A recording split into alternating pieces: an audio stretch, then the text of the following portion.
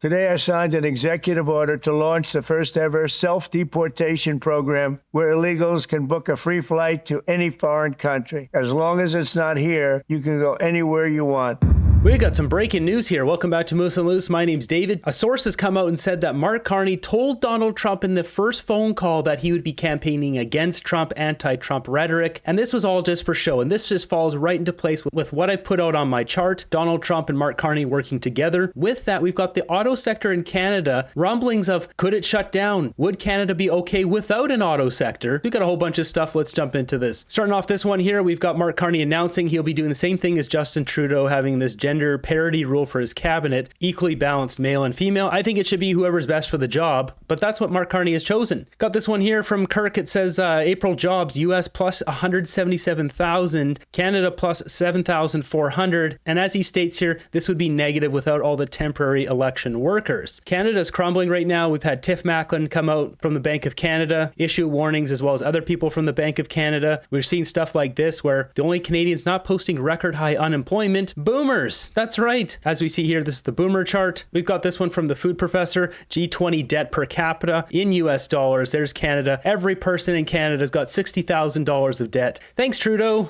And the Liberals, all the Liberals that supported him and all the Liberals that just got re-elected back into the government. Next up in the news here, I've seen a lot of people trying to take shots at Pierre Poilievre for getting severance and then doing the by-election in Battle River Crowfoot. Well, Poilievre rejecting that severance package of $150,000 he was entitled to for losing his riding. This is the right thing to do. This is good stuff. We've got an update on this Windsor riding here, which I believe was 7 votes off a judicial recount. Well, they are getting that recount now that has been approved. And we've got this one. The Liberals are attempting to poach NDP MPs across the floor to try to secure a majority. Of course they have been. According to the interim NDP leader Don Davies, who labeled Liberal overtures as feeler calls, but he's confident no NDPs will leave. I sure hope not, because that means the government could fall in the next year and a half, 2 years versus 4 years. We got this one, new Oshawa GM plant to be hit with more layoffs next month, union says. Something funny is going on with the auto industry. It seems almost like Mark Carney and Donald Trump are working together to move it to America, just like Mark Carney did with Brookfield. That brings us to this article here from the National Post. So this was just posted yesterday. If we take a look here, the sources come out and said this: in Carney and Trump's first phone call, the Canadian leader reportedly told Trump that he would be talking tough against the US as a campaign tactic. He told Donald Trump he was just going to do this tough guy approach. He didn't mean it. As we saw with the first meeting there, praising Donald Trump as this president that will secure the world, licking his boots, transformational president, all that stuff right here, transformational leader. And the Canadian leader's heads up that his campaign rhetoric would necessarily need to be anti-Trump. One other thing to note, Donald Trump hates Chrystia Freeland. He made that clear during that meeting. As it says here, calling her a terrible person. I'm going to predict it right now. Chrystia Freeland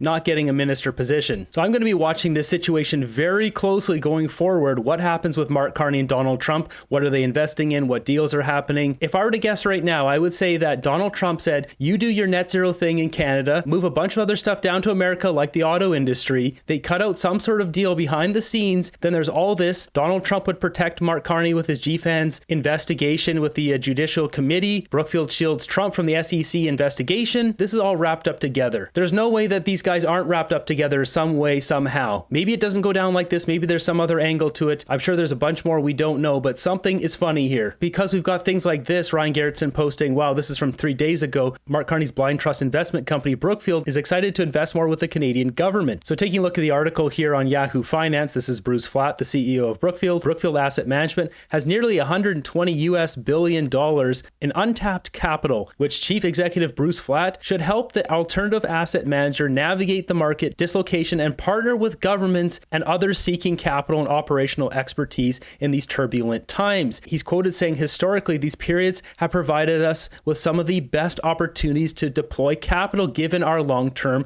mindset, capital scale, and ability to move decisively. It's almost as if one were able to create a major problem, a major situation, a major world event, and then capitalize on it. Brookfield Ecosystem provides our investment teams with access to deep sector sector expertise, proprietary insights, and global operating capabilities, allowing us to deploy capital quickly and with conviction when others may be constrained, Flatt and Teskey said. Canada's government, too, is looking for private investors as partners, with Prime Minister Mark Carney campaigning on the plan to transform the economy and reduce the reliance on the U.S. as a trading partner by using government funds to catalyze $500 billion in new investment over the next 5 years, with an emphasis on infrastructure. Brookfield's participation would undoubtedly attract scrutiny, since Carney was its chair until he left in January to pursue a career in politics. If any investments come up in the near future involving Brookfield coming from Mark Carney's government, this will likely be one of the biggest conflicts, if not the biggest conflict of interest in Canadian history. Could Canada phase out the auto sector? Are they trying to introduce this idea? Mark Carney helps Donald Trump move the entire auto sector to America. Was there a dirty deal here? How hard will Mark Carney fight for the auto sector? That's going to tell us a lot here. As Ryan Gerritsen says, the media is putting it out there. It's in play. Our government clearly wants to destroy our auto sector. Anyone working in this industry that voted for Carney gets what they deserve. They brought on a business analyst to talk about this on CTV Your Morning. We know that Canada's relationship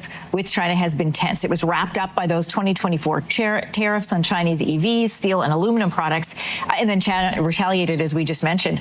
But the Chinese ambassador to Beijing said that China wants to partner with Canada to push back against American bullying, is how they described it. Why would it make sense to remove restrictions on China, or what would need to happen for this relationship to improve? This is an excellent question because, of course, China is the second largest economy on planet Earth, $19 trillion GDP, second only to the United States at 30 trillion. Huge market because no country is self-sufficient. China is no exception. They're the largest importer of natural gas, for example, huge importer of agricultural products.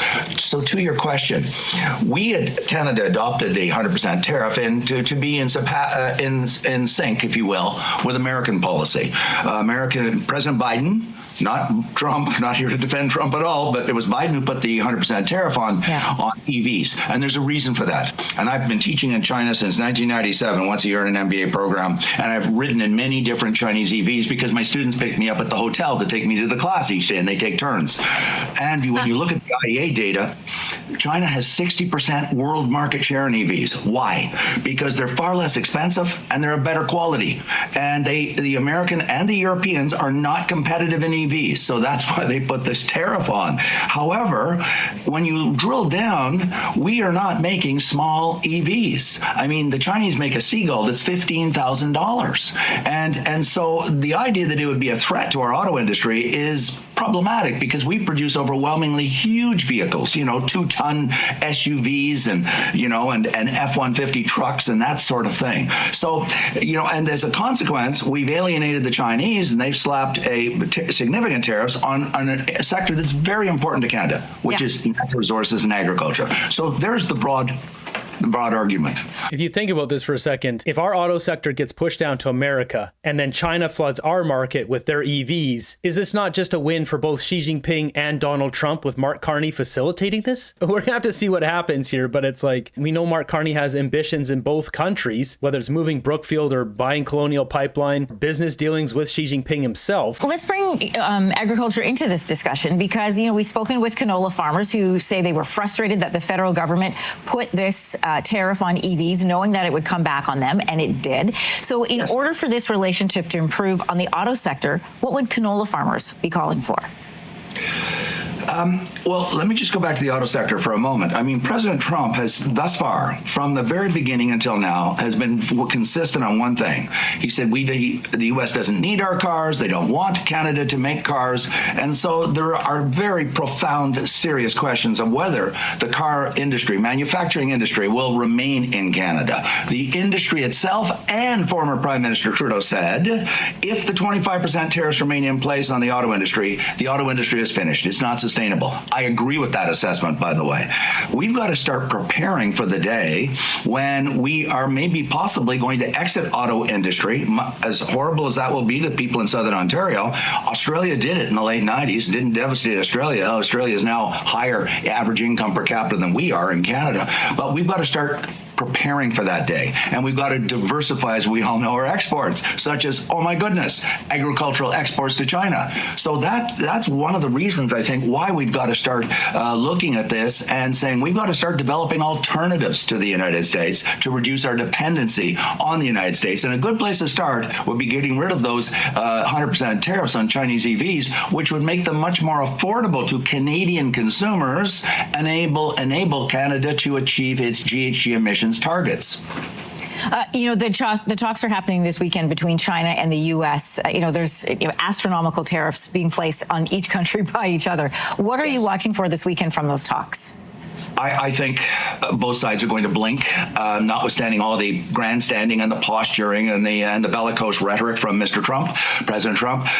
It's in the mutual. I keep quoting Henry Kissinger, and he always used to talk about nations have interests, not friends. And it's in the strategic self-interest of the United States and China to come up with a deal that doesn't ruin both sides or cause great economic damage to both sides. This is why I think they're going to compromise, and they're going to come up with a deal. I mean, they're joined at the hip. I mean, China's the largest exporter in the world. Who's the largest importer in the world? The U.S. Where are they importing from? China.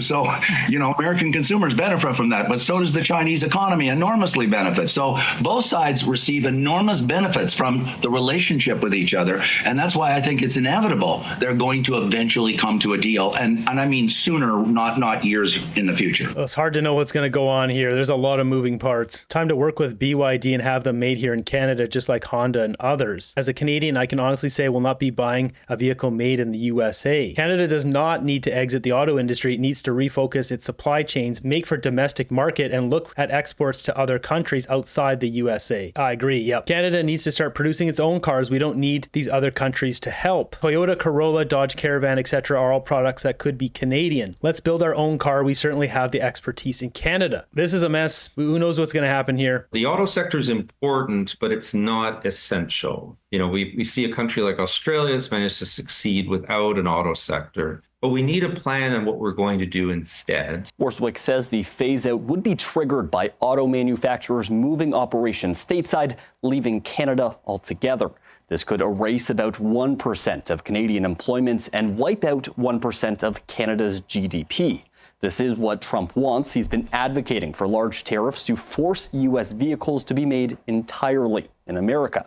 In Windsor, Worswick says there's no hiding how devastating the change could be, adding within the pain could be future opportunities.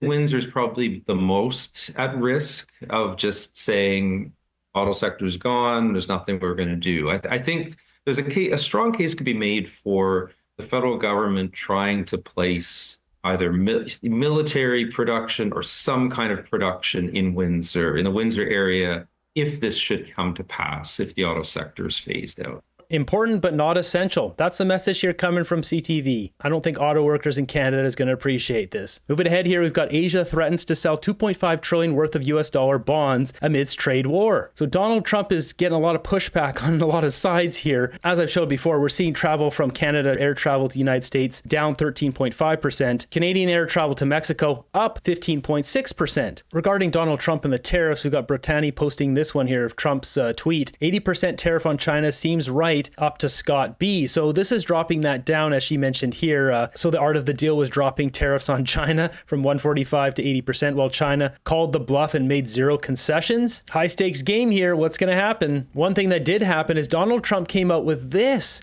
This is wild. He is offering free flights for any illegal alien in America to anywhere in the world. Today I signed an executive order to launch the first ever self-deportation program for illegal aliens. We are making it as easy as possible for illegal aliens to leave America. Any illegal alien can simply show up at an airport and receive a free flight out of our country. We have also launched a phone app called Cpac Home. That's Cpac Home, where illegals can book a free flight to any foreign country. As long as it's not here, you can go anywhere you want. We're also adding a very important exit bonus for illegals to further incentivize their self-deportation.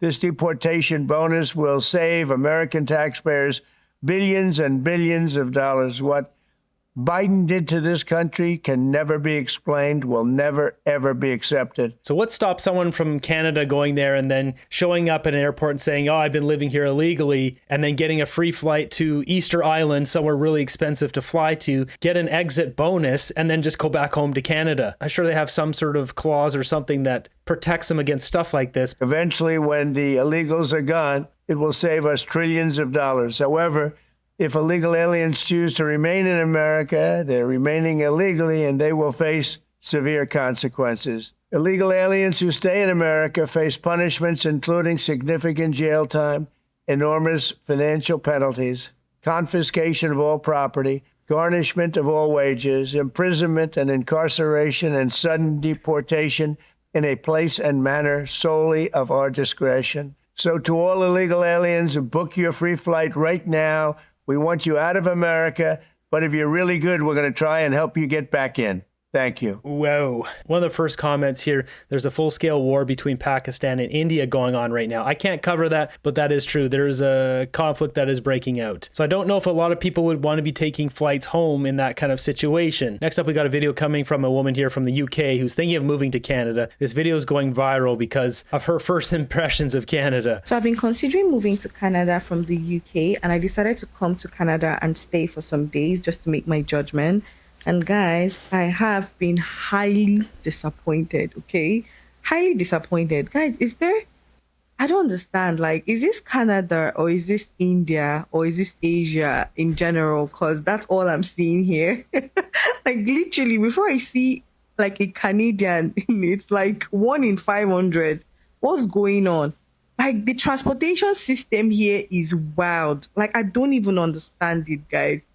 See, I'm not impressed though. Like, I am not impressed. But let's be going, Sha. I still have 15 more days here to literally make up my mind. Her first mistake was going to Toronto. She could basically go anywhere else and she'd have a better experience. Well, you know that saying, like, the grass is not greener on the other side though. Like, you better like where you are.